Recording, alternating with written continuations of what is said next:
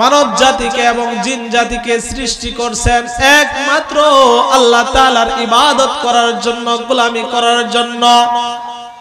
আল্লাহ রাব্বুল আলামিন কালামে পাকের মধ্যে বলেন, ওয়ামা খালাকাতুল জিন্না ওয়াল ইনসা ইল্লা লিয়াবুদুন। আল্লাহু আকবার। আল্লাহ রাব্বুল আলামিন জিন আর ইনসানকে একমাত্র ইবাদতের জন্য সৃষ্টি করেছেন। আর আমরা যা কিছু দেখতেছি এই আসমান আর এই জমিনের মধ্যে যা কিছু আছে সব কিছু আল্লাহ রাব্বুল আলামিন এই মানুষ আর জিনের খিদমতের জন্য সৃষ্টি করেছেন। বলেন সুবহানাল্লাহ, আল্লাহু আকবার। যা কিছু দেখতেছি সব কিছু কার জন্য ভাই? মানুষের জন্য আল্লাহ তাআলা সৃষ্টি করেছেন। আর মানুষের কাছ থেকে মহান রব্বুল আলামিন একটা জিনিস চান, সেটা হলো ইবাদত, গোলামি। বান্দা মালিকের গোলামি করবে, বান্দা মালিকের হুকুম মানবে, এটাই মহান রব চায়। এই কথাটা আল্লাহ রাব্বুল আলামিন কালামে পাকের মধ্যে সুন্দর করে বয়ান করেছেন। আল্লাহ তাআলা বলেন, ইয়া ইবাদিয়াল্লাযীনা আমানু ইন্না আরদি ওয়াসিআ ফাইয়ায়া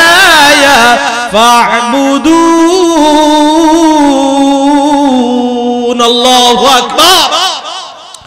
আল্লাহ রাব্বুল আলামিন বলেন, ও ঈমানদার বান্দারা, ইয়া ইবাদিয়াল্লাযীনা আমানু, আমার বান্দাদের মধ্যে যারা ঈমানদার, হে ঈমানদার বান্দারা। আল্লাহ তাআলা দেখেন কোন কাফেরের কাছে ইবাদত চাই নাই, আল্লাহ তাআলা কোন বেঈমানের কাছে, কোন মুশরিকের কাছে ইবাদত চাই নাই।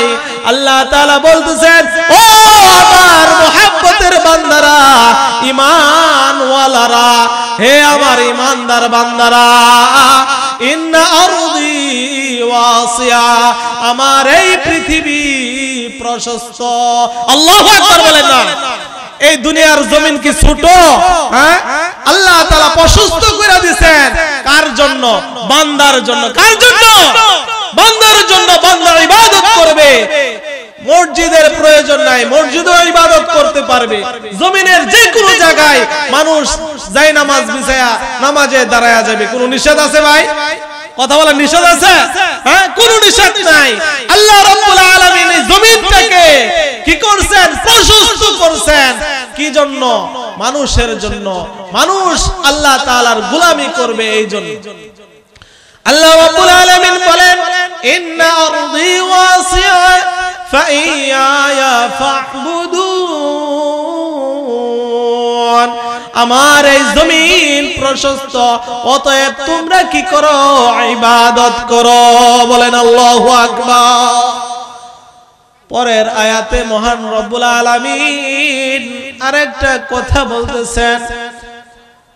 আল্লাহ রাব্বুল আলামিন বলেন, কুল্লু নাফসিন যায়িকাতুল মাউত সুম্মা ইলাইনা তুরজাউন। আল্লাহু আকবার। আল্লাহ রাব্বুল আলামিন বলেন, সমস্ত প্রাণীদের, সমস্ত মানুষের যত মাখলুকাত আছে, সমস্ত মাখলুকাতের মৃত্যুর স্বাদ গ্রহণ করতে হবে। কথা বলেন ঠিক কিনা? আল্লাহ তাআলা বলেন, সকলকে মৃত্যুবরণ করতে হবে। মৃত্যুবরণ করার পর সুম্মা ইলাইনা তুরজাউন, তারপর তোমরা আমার কাছে ফিরে আসবে। বলেন সুবহানাল্লাহ। ভাই জোরে বলেন না সুবহানাল্লাহ। আল্লাহ তাআলা কি বলছেন চিন্তা করে দেখেন। আল্লাহ তাআলা বলতেছেন, তোমাদের মৃত্যুর পর তোমরা আমার নিকট ফিরে আসবে। আমরা কোথায় যাইব? আমাদের মৃত্যুর পর আমরা কোথায় যাইব? আল্লাহ তাআলার কাছে। আমরা কি আল্লাহর কাছে যাইতে চাই না? হ্যাঁ ভাই, এর চেয়ে খুশির সংবাদ আরো কিছু আছে? হ্যাঁ, রবের কাছে, মালিকের কাছে আমরা ফিরে যাব। এর চেয়ে খুশির সংবাদ, এর চেয়ে ভালো সংবাদ আর কি হতে পারে? কথা বলেন ঠিক কিনা? এই জন্য যখন কোন মানুষ মারা যায় আমরা কি পড়ি? ইন্না লিল্লাহি ওয়া ইন্না ইলাইহি রাজিউন। আমরা আল্লাহ তাআলার প্রতি সন্তুষ্ট। কথা বলেন ঠিক কিনা? হ্যাঁ, মানুষ মারা যাওয়ার পর আল্লাহ তাআলার কাছে যাবে, রবের কাছে যাবে, গোলাম তার মনিবের কাছে যাবে, গোলাম তার মালিকের কাছে যাবে। এর চেয়ে বড় খুশির সংবাদ আর কিছুই হতে পারে না। কথা বলেন ঠিক কিনা? এখন আমরা যে রবের কাছে যাব, রবে যে উদ্দেশ্যে দুনিয়ার মধ্যে আমাদেরকে প্রেরণ করলেন, ওই উদ্দেশ্য বাস্তবায়ন না কইরা খালি হাতে যদি যাই, তাহলে আমরা রবের কাছে কোন মুখ নিয়ে দাঁড়াইব? কথা বলেন ঠিক কিনা? মালিকের কাছে আমরা যাব, মালিককে খুশি করে যাইতে হবে, উপঢৌকন নিয়ে যাইতে হবে, উপহার নিয়ে যাইতে হবে। সেই উপহার, সেই উপঢৌকন হলো নেক আমল। যদি আমি ঈমান নিয়ে মরতে পারি, ঈমান নিয়ে যাইতে পারি, আমল নিয়ে যাইতে পারি, আমার মৃত্যুর সাথে সাথে আমার জন্য জান্নাত। বলেন সুবহানাল্লাহ। আল্লাহ রাব্বুল আলামিন কালামে পাকের মধ্যে ঘোষণা দিয়ে দিয়েছেন। আল্লাহ তাআলা বলেন, ইন্নাল্লাযীনা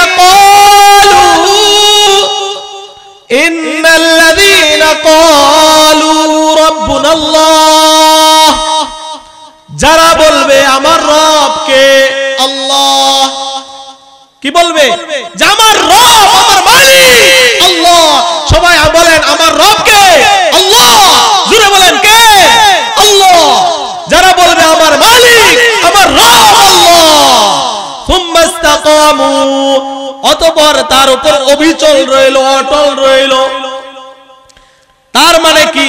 সে ঈমানের উপর অবিচল রইল, অটল রইল, সে আল্লাহ তাআলার হুকুমকে মানলো, নবী করিম সাল্লাল্লাহু আলাইহি ওয়াসাল্লামের সুন্নাত মোতাবেক চললো। সুম্মা ইসতাকামু তাতানাজ্জালু আলাইহিমুল মালাইকা, তার মৃত্যুর সময় আল্লাহ তাআলা ফেরেশতার বাহিনী নাজিল করে দিবেন। বলেন সুবহানাল্লাহ। তাতানাজ্জালু আলাইহিমুল মালাইকা আল্লা তাখাফু ওয়ালা তাহজানু ওয়া আবশিরু বিল জান্নাহ। ফেরেশতারা এসে বলবে, ও বান্দা, তোমার কোনো ভয় নাই, তোমার পেরেশানি নাই, তোমার কোনো চিন্তা নাই, তুমি জান্নাতের সুসংবাদ নাও। বলেন সুবহানাল্লাহ। ভাই সুবহানাল্লাহর আওয়াজ কি আস্তে হয়ে গেল নাকি? সবাই জোরে বলি সুবহানাল্লাহ, সুবহানাল্লাহ। একবার সুবহানাল্লাহ যদি বলি, জান্নাতের মধ্যে একটা গাছ আল্লাহ তাআলা তৈরি করে দিবেন। জান্নাতের মাটি হলো উর্বর মাটি। কেমন মাটি? উর্বর মাটি। একবার সুবহানাল্লাহ বলার দ্বারা জান্নাতে একটা গাছ আল্লাহ তাআলা তৈরি করে দেন, যে গাছটা আরবের তেজি গুড়া 1000 বছর দৌড়াইলো তার ছায়া শেষ হবে না। বলেন সুবহানাল্লাহ। ফেরেশতারা এসে বলবে, তুমি জান্নাতের সুসংবাদ নাও, তোমার কোনো ভয় নাই, তোমার পেরেশানি নাই, দুনিয়ার জমিনে আমরা তোমার বন্ধু ছিলাম। বলেন আল্লাহু আকবার। ফেরেশতারা বলবে, আমরা তোমার বন্ধু ছিলাম। আমাদের বন্ধু কারা? ফেরেশতারা। আমাদের বন্ধু কারা? এ ভাই, প্রত্যেকটা লোকের সাথে ফেরেশতা আছে 4 জন 2 জন, আছে কিনা ভাই? আমরা তো বন্ধু বানাই কাদেরকে? আমরা বন্ধু বানাই দুনিয়ার মধ্যে যার ক্ষমতা আছে বেশি তাকে। আমরা বন্ধু বানাই খারাপ মানুষদেরকে, বাইসা বাইসা যার ক্ষমতা আছে, যার পাওয়ার আছে, কে লিডার, তার সাথে সম্পর্ক রাখি। ও ভাই, আজকে দুনিয়ার জমিনে যদি আমি মহাব্বত রাখি দুনিয়াদারের সাথে, আমি যদি মহাব্বত রাখি মুনাফিকের সাথে, আমি যদি মহাব্বত রাখি বেঈমানের সাথে, বেআমলদারের সাথে, কাল হাসরের ময়দানে আমাকে উঠতে হবে ওই মুনাফিক বেঈমান বেআমলদারের সাথে। আর যদি আমার মহাব্বত হয়ে যায় কোন আলেমের সাথে, কোন বুজুর্গের সাথে, কোন নবীর ওয়ারিসের সাথে, আমার হাসর হবে কাল কিয়ামতের ময়দানে নবীদের সাথে, সিদ্দিকীনদের সাথে, শুহাদায়ে কেরামদের সাথে, আলেমদের সাথে। বলেন আল্লাহু আকবার। এই জন্য আমাদের বন্ধুত্ব রাখতে হবে কাদের সাথে? নেককারদের সাথে।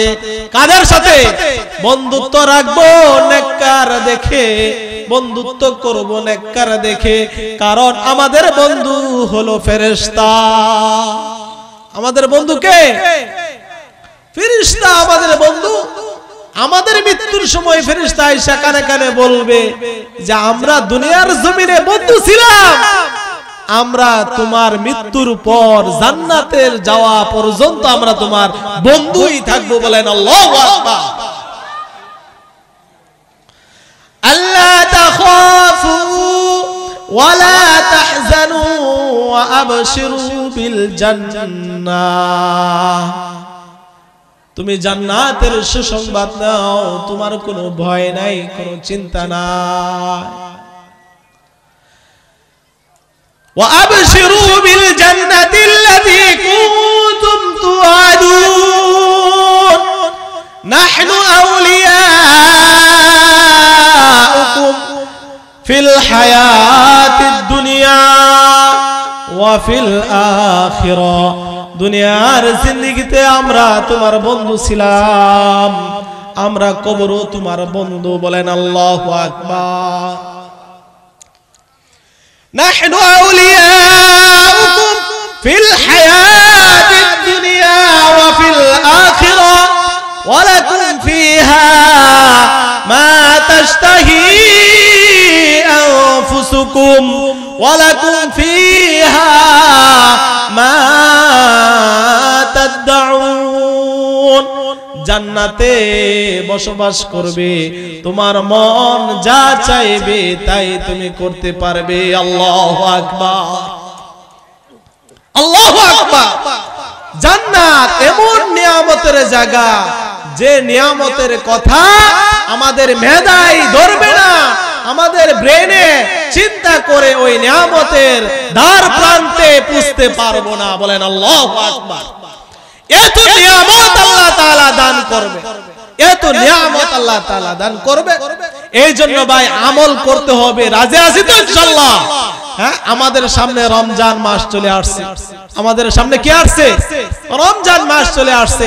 আল্লাহ রাসূল সাল্লাল্লাহু আলাইহি সাল্লাম হাদিসের মধ্যে বলছেন, আহসু হিলাল শাবান আলি রমাদান। তোমরা শাবান মাসকে গণনা করো রমজানের জন্য। কার জন্য? রমজান মাসের জন্য। রমজান মাসের কত ফজিলত!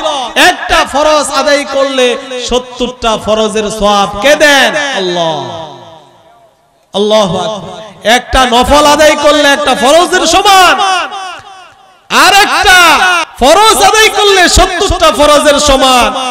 আর রমজান মাসে একটা রাত্র আছে, তার নাম হলো লাইলাতুল কদর। এই কদরের রাত্র, একটা রাত্র 1000 মাসের সমান। আর যদি আল্লাহ তাআলা একের বদলা 70 দেয় তাহলে 70,000 মাসের সমান সওয়াব আল্লাহ তাআলা বান্দাকে দান করেন। বলেন সুবহানাল্লাহ। রমজান মাসের একটা সেজদা, একটা সেজদা, রমজান মাসের একটা সেজদা, একটা সেজদার কারণে আল্লাহ তাআলা 1500 নেকি দান করেন। বলেন সুবহানাল্লাহ। একটা সিজদার বিনিময়ে আল্লাহ তাআলা রমজান মাসের একটা সিজদার বিনিময়ে আল্লাহ তাআলা একটা মহল তৈরি করবেন, একটা মহল তৈরি করবেন জান্নাতের মধ্যে, যে মহলের দরজা থাকবে ৬০,০০০। বলেন সুবহানাল্লাহ। ভাই হইলো? হ্যাঁ, আমরা দুইটা দরজা দিয়ে এই ঘর করতে পারি না, 10টা দরজা দিয়ে ঘর করতে পারি না, আর আল্লাহ তাআলা একটা সিজদার বিনিময়ে কি করবেন? একটা মহল তৈরি করবেন, বান্দার জন্য একটা মহল তৈরি করবেন। আর ওই মহলের দরজা থাকবে কতটি? ৬০,০০০ দরজা থাকবে। বলেন সুবহানাল্লাহ। আমরা ইবাদত করতে রাজি আছি তো ভাই ইনশাআল্লাহ? হ্যাঁ, এত দয়ার নবী, মায়ার নবী, যে মেহনত করে ঈমান আমাদের পর্যন্ত আসছে, আমরা পাইছি। কত কষ্টের বিনিময়ে, কত ত্যাগের বিনিময়ে আমরা ঈমান পাইছি, চিন্তা করছেন? চিন্তা করি না। আল্লাহর হাবিব সাল্লাল্লাহু আলাইহি ওয়াসাল্লাম যখন তায়েফের জমিনে দাওয়াত দিতে গেছেন, তায়েফের জমিনে যখন দাওয়াত দিতে গেছেন, আল্লাহর হাবিব সাল্লাল্লাহু আলাইহি ওয়াসাল্লাম তায়েফবাসীদেরকে যখন বললেন, ইয়া আইয়ুহান নাস কুলু লা ইলাহা ইল্লাল্লাহ তুফলিহুন, হে তায়েফবাসীরা তোমরা পড়ো লা ইলাহা ইল্লাল্লাহ, তবে তোমরা সফল কাম হয়ে যাইবা। তখন তায়েফবাসীরা কি করলো? তায়েফের কাফেররা কি করলো ভাই? তায়েফের কাফেররা নবীর মুবারক শরীরের মধ্যে পাথর নিক্ষেপ করলো, এমন ভাবে পাথর নিক্ষেপ করলো, আমার দয়ার মায়ার নবীর মুবারক শরীরের মধ্যে প্রত্যেকটা পাথর নবীজির মুবারক শরীরে বিঁধে গেছে, বিঁধে গেছে। হযরত যায়েদ রাদিয়াল্লাহু তাআলা আনহু বলেন, আমি যখন পাথর খুলি নবীর গায়ে থেকে, নবীর গায়ে থেকে যখন আমি পাথর খুলি, প্রতিটা পাথরের জায়গা থেকে রক্ত প্রবাহিত হয়। আল্লাহু আকবার। নবী আমার পাথরের আঘাতে আঘাতে বেহুশ হয়ে জমিনের মধ্যে পড়ে যায়। নবী আমার বেহুশ হয়ে জমিনের মধ্যে পড়ে যায়। কাফেররা আবার নবীকে উত্তোলন করে আবার পাথর নিক্ষেপ করে দ্বিতীয়বার আবার জমিনের মধ্যে পড়ে যায় নবী আমার। নবী বেহুশ হয়ে জমিনের মধ্যে পড়ে যায়। একজন কাফের, তার দিলের মধ্যে মায়া লাগলো, গোলামকে বলে, ও গোলাম, মুহাম্মদ জানি মারা যায়, তাকে এক গ্লাস পানি পান করে আসো। আরবের মরুভূমি, উত্তপ্ত বালিকা, গরম মরুভূমি, আবার নবীর গায়ে থেকে রক্ত বাহির হইতেছে, প্রবাহিত হইতেছে। নবী আমার বেহুশ। গোলাম দৌড়ে গিয়ে পানি নিয়ে যায়, পানি পান করায় নবীকে। নবীর দিলের মধ্যে গোলামের জন্য মায়া লেগে যায়। বলেন, ও গোলাম, তোমার কি পরিচয়? গোলাম বলে, আমি তো অমুক শহরের, আমার নাম অমুক।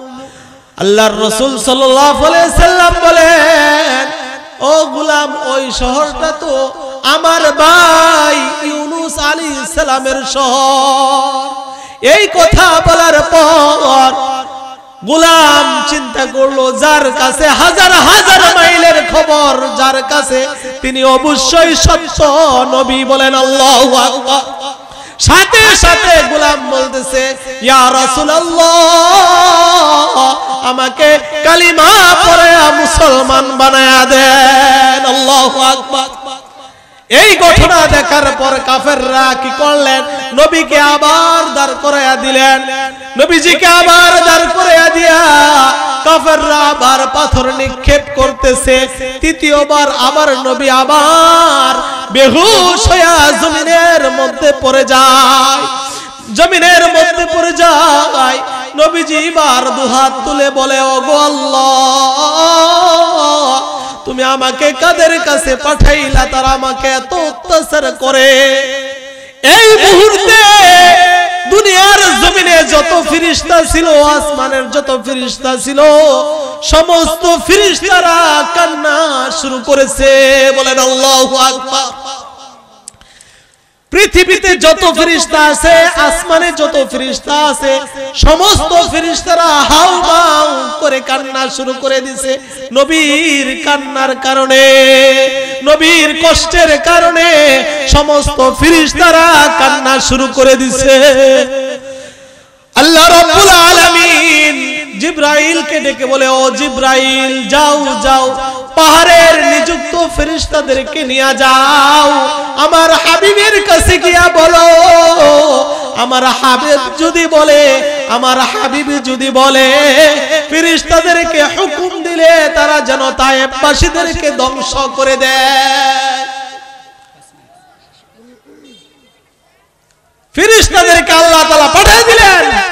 হযরত আজরাইল, জিবরাইল আলাইহিস সালাম আল্লাহ রাসূল সাল্লাল্লাহু আলাইহি ওয়াসাল্লামের কাছে আয়েশা বলতেছেন, ইয়া রাসূলুল্লাহ, এই যে ফেরেশতা, এই যে আপনার সামনে পাহাড়ে নিযুক্ত ফেরেশতা, আপনি হুকুম দিলে এই তায়েফবাসীদেরকে পাহাড়ের চিপাই ধ্বংস করে দিবে। কেমন দয়াল নবী, মায়ার নবী আমার, নবী আমার বলে, ও জিবরাইল, না না না, ধ্বংস করিও না, আমার এই উম্মতদেরকে ধ্বংস করে না। যদি তাদেরকে ধ্বংস করে দাও তাহলে তারা তো বুঝে নাই, কিন্তু তাদের পরবর্তী জেনারেশন যারা আসবে তারা তো বুঝবে, তারা তো ঈমান আনবে। কেমন দয়ার নবী, আল্লাহ চিন্তা করেন, এত কষ্ট, এত নির্যাতন ভোগ করার পরেও কি করেন নাই? উম্মতের জন্য বদদোয়া করেন নাই। করছেন নাকি ভাই? হ্যাঁ, উম্মতের জন্য বদদোয়া করেন নাই। এখনো শুয়া শুয়া ওই নবী আমার মদিনায় কাঁদে উম্মতের জন্য। হাসরের ময়দানে নবী আমার সিজদায় পড়ে থাকবে, কাঁদবে উম্মতের জন্য। কার জন্য? উম্মতের জন্য কান্না করবে, উম্মতের জন্য এত মায়া, এত মুহাব্বত। আর আমরা ওই নবীর উম্মত হইয়া নবীর জন্য আমরা কতটুকু আসে? কথা বলেন, কতটুকু আসে? কতটুকু মুহাব্বত আমাদের আছে? নবীর সুন্নাহ আমার ভিতরে নাই, নবীর হুকুম আমাদের ভিতরে নাই, নবীর ভালোবাসা আমার ভিতরে নাই। ওই নবীর সুপারিশ ছাড়া তো আমরা জান্নাতে যাইতে পারবো না। যাইতে পারবো ভাই? হ্যাঁ, নবীর মুহাব্বত দিলের মধ্যে ফিট করতে হবে, নবীর ভালোবাসা দিলের মধ্যে ফিট করতে হবে। আল্লাহ রাব্বুল আলামিন আমাদের সকলকে আল্লাহ তাআলার হুকুম মেনে নবী পাকের ভালোবাসা নিয়ে নবী পাকের সুন্নাহ অনুযায়ী চলার তৌফিক দান করুন। সবাই বলি আমিন। ওয়া আখির দাওয়ানা আনিল হামদুলিল্লাহি রাব্বিল আলামিন।